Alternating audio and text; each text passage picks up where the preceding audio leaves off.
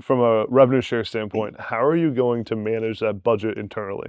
I'm sure you're thinking about that every day now of how you're going to manage the salary cap essentially. Yeah, I was an economics major. I never thought I'd have to use it, and now I'm bringing out You the got a old spreadsheet. old Excel spreadsheet. Now mine's a little bit different. I got Microsoft Word 97. Like still on there. Okay, let's see if I slide the F2 button, I can. Trying to figure it out. Yeah, I need some of those guys in IT to reboot me back into this day and age so I can use a normal computer. But no, it is unique because you do have to manage it. You guys sit there and say, okay, here's the budget that we have for this team. And very similar to the NFL. I was very fortunate to coach in the NFL for 7 years, so a lot of that's going to come back to it.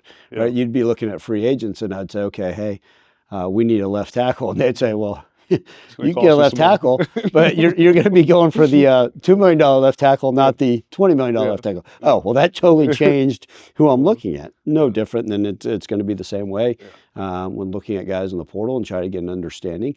I think we're all going to sit there and say, okay, what's this young man's value from a financial standpoint?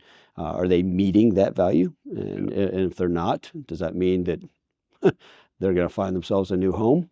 Or does that mean you say, hey, there's ways to continue to benefit them? Like a lot of teams, we'll have a general manager, but I say this ultimately, right? Don't I have to be the general manager? Aren't I the one that's ultimately responsible? I don't think if we lose a game, I sit there and say, well, these aren't my players. I didn't choose them. Somebody else. No, all of us are incorporating that, and it's part of it. And I'm excited because this is something as we continue to move into the future, I think it'll benefit the players.